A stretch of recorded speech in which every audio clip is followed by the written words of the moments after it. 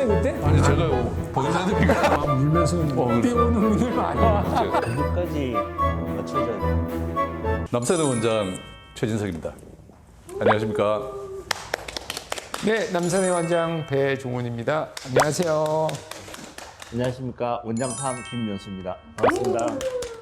다들 좀 궁금한 부분인데 물어보긴 좀 그랬던 거 포경수술에 관한 얘기인데 알고 보니까 포경수술이 비뇨기과뿐만 아니라 산부인과에도 상당히 좀 관련이 있는 것 같아요.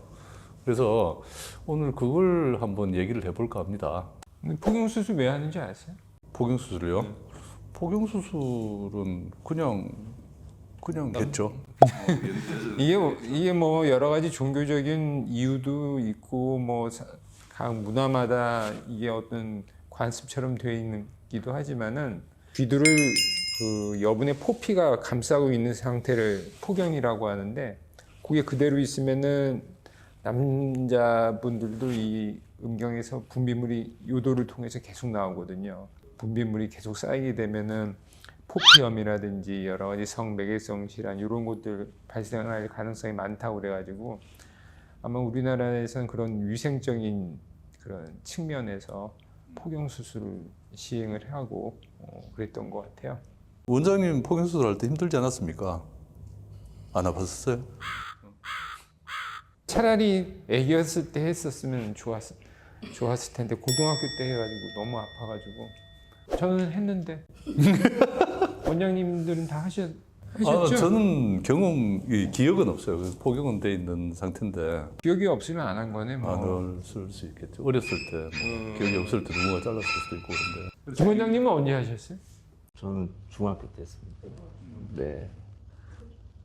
갑자기 개인사를 밝혀내니까 쑥스럽습니다. 네. 난 근데 그게 궁금해. 이게 포경이 도대체 언제부터 인간들이 이 포경 수술이라는 걸 했는지. 또 아픈데 그죠? 뭐 보통적인 것도 아닌데. 물론 뭐 위생적인 측면에서 시작한 거는 아마 내 생각에는 최근의 일일 거라고 생각하고. 기록에 남아있는 걸 보면 기원전 4,000년. 기원전 4,000년? 네. 4,000년 전이면 언제예요?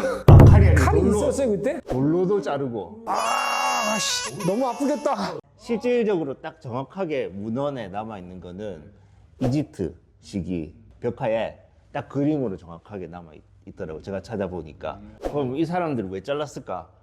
야가 나쁜 짓을 했으니까 대강 잘랐을까?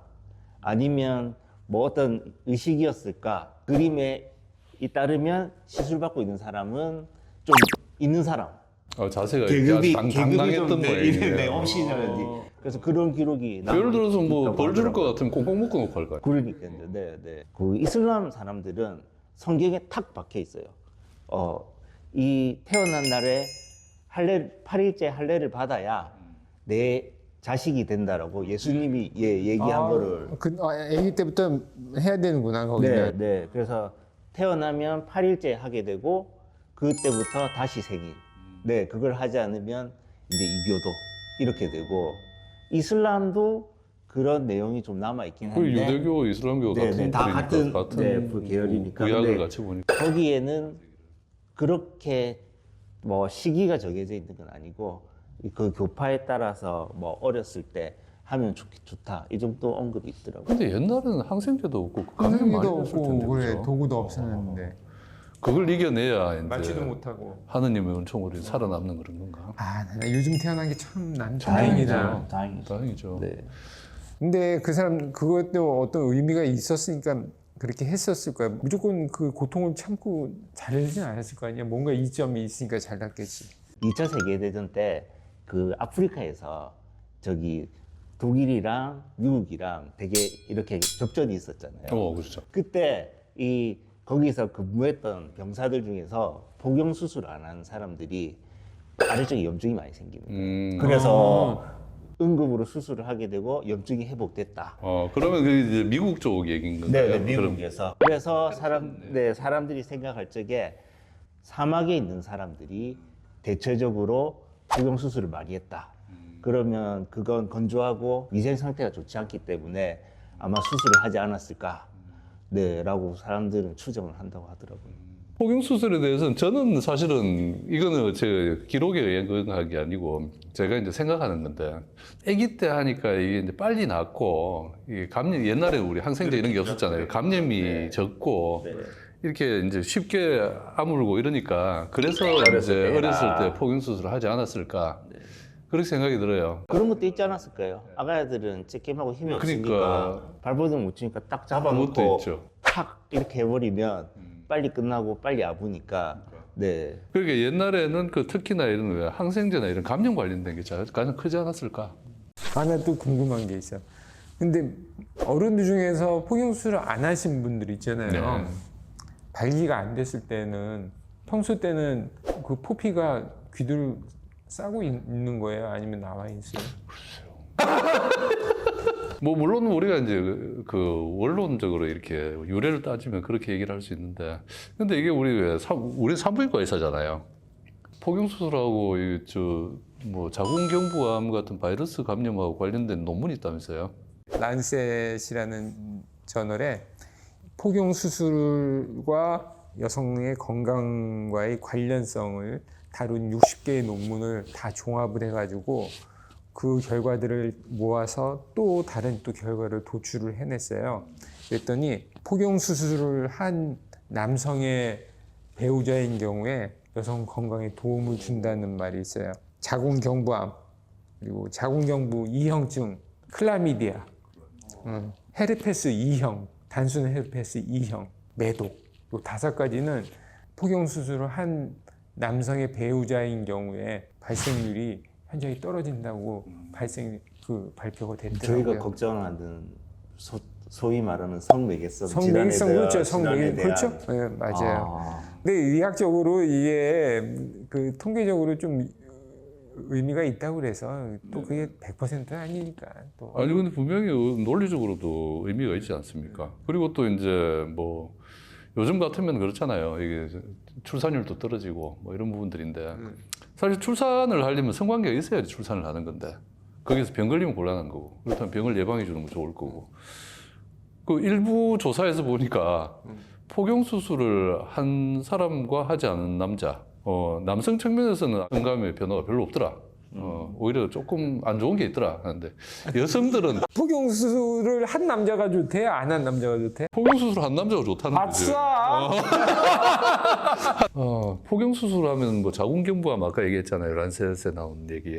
그래 그 자궁경부암하고 자궁경부암 전 단계가 예방이 된다고 돼 있어.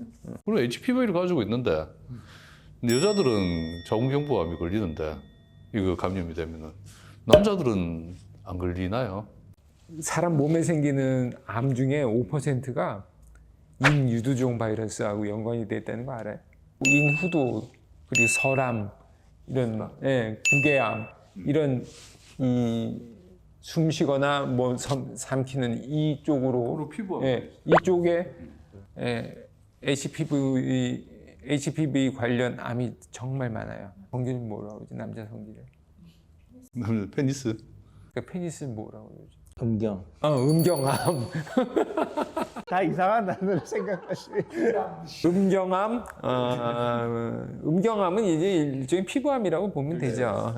그리고 또 항문 쪽에 항문의 암, 항문암, 그 정도 생기고 그러죠.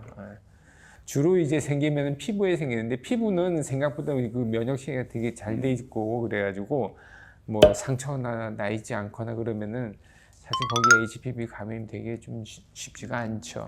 그 남성, 여성 이렇게 비교해서 봤을 때 HPV하고 관련된 암의 절대적인 수는 여성이 더 많죠. 자궁경부암이 그렇겠죠. 더 많으니까. 워낙 많으니까. 자궁경부 자체가 2가지 세포층으로 돼 있는 세포로 이루어져 있는데 한 층으로 되어 있는 세포가 여러 층으로 된 세포로 막 변화되는 변형대가 있어요. 그쪽에는 HPV라고 해서 인유두종 바이러스가 침투하기 아주 좋게 돼 있거든요. 그 틈 사이로 들어가서.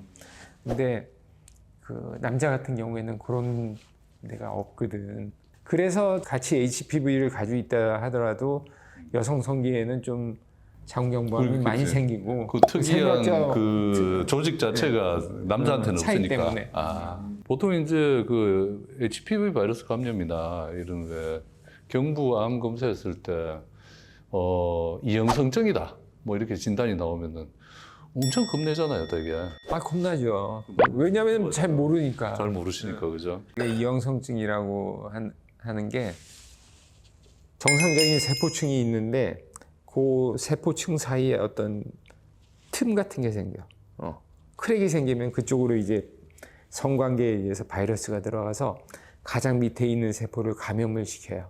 또 일부가 그 가장 밑에 있는 세포가 조금씩 비정상적으로 분할을 해가지고 이게 이 세포층이 어느 정도까지를 먹었느냐 그거에 따라서 1단계 이형증, 2단계 이형증, 3단계 이형증 이렇게 나누는데 1단계 이형증 같은 경우를 우리가 저등급 병변이라고 그래요. 그리고 2단계, 3단계 이형증 같은 경우를 고등급 병변이라고 하고 그래서 저등급 병변 같은 경우에는 사실 80% 이상이 2년 이내에 저절로 소실이 되는 걸로 돼 있어가지고 일단은 한 4개월에서 6개월 간격으로 세포 검사 또 필요하면 또 조직 검사 하면서 두고 보는 게 원칙으로 돼 있어요. 자궁경부 이형증 2단계, 3단계는 꼭 치료가 필요해요. 그래서 그런 경우에는 우리가 원추절제술이라는 많이들 들어보셨을 거예요. 그래서 자궁경부를 원뿔 모양, 꼬깔콘 있죠. 그 원뿔 모양으로 도려내-가지고 그 병변을 없애고 병변을 없애는 게 첫 번째 목적. 두 번째 목적은 그걸 그냥 버리는 게 아니라 다시 다 슬라이스 해가지고 혹시나 진행된 암이 없는지 또 하는 진단 목적. 이렇게 치료를 하게 되죠. 이형증 말고 또 반응성 세포 변화라는 것도 있던데. 반응성 세포 염증 아닙니까? 일종의 염증이죠. 세포가 뭔가 외부에 의해서 반응을 했고 그 외부에 의해서 스트레스가 없으면 다시 돌아가는 단계. 가역적인 거니까 사실은 그렇게 이제 경부암이나 이런 쪽하고는 그렇게 연관지어서 걱정할 필요가 없는 거죠. 근데 이제 그렇게 결과지가 그렇게 반응성 세포 이렇게 날아가면은 막 울면서 뛰어오는 분들 많아. 대학병원 가겠다. 대학병원. 결국 대학교. 그러면 안 됩니다. 그 의료 전달 체계가 있기 때문에. 우리가 이제 옛날 레지던트 할 때 보면은 뭐 3기, 4기 이제 진행이 다 된 그 경부암, 자궁경부암 환자들을 케어를 했었잖아요. 그렇죠. 굉장히 비참하죠. 이게. 아, 너무 안 좋죠. 말기 자궁경부암 그 환자분들을 보면은 참 너무 그러니까 괴로워요. 이게 자궁이란 데가 이제 우리 몸의 생명을 담당하는 장기가 아니다 보니까 이게 망가질 때까지 망가지고 딴 데 퍼져야지 이분이 돌아가시게 되는데. 결국 자궁경부암은 마지막으로 돌아가신 이유가 콩팥이 망가져서 그렇죠. 콩팥이 망가져서 이게 자궁경부암이 굉장히 무서운 게 그냥 멀쩡하게 몸이 기능을 하면서 암세포는 번져나가는 상태니까 아주 심하게 진행이 돼요. 근데 요즘에는 이제 아주 초기 단계에 1년에 한 번씩 검진하면서 이제 해결을 해버리잖아요. 그러니까 그 인유두종 바이러스와 자궁경부암과의 관계가 이렇게 딱 밝혀지고 그렇죠. 그 이후에 이제 얼마 안 지나서 자궁경부암 백신이 개발이 나와요. 됐잖아요. 몇 번 바이러스에 걸렸고 자궁경부에 이형증까지 있었는데 꼭 맞아야 되느냐? 네, 맞아야죠. 맞는 게 좋아요. 왜냐하면 그 바이러스만 있는 게 아니거든요. 네, 그리고 말씀하셨듯이 80% 정도는 2년 이내에 자연 소실되기 때문에 그 뒤에 다시 감염되지 않는 걸 막아야 되니까 예방 접종을 하시는 게 맞죠.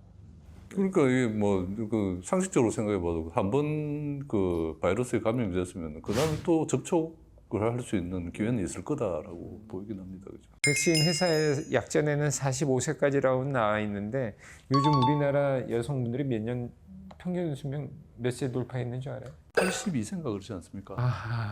아니에요? 여성을 최고로 생각합니다. 여성들은 병원장님 맞아요? 여성의 기대 수명이 88세라니까요, 우리나라. 지금 88세면은 45세 이후에 43년을 더 살아야 되는 거야. 그런데 우리가 보통 자궁경부 그 인유두종 바이러스가 침투를 한 다음에 암까지 되는 경우가 이제 한 10년에서 20년 사이에 이제 보통 암이 되는 거잖아요. 우리 40대, 50대 얼마나 성적으로 활발하죠. 활발한 시기잖아요.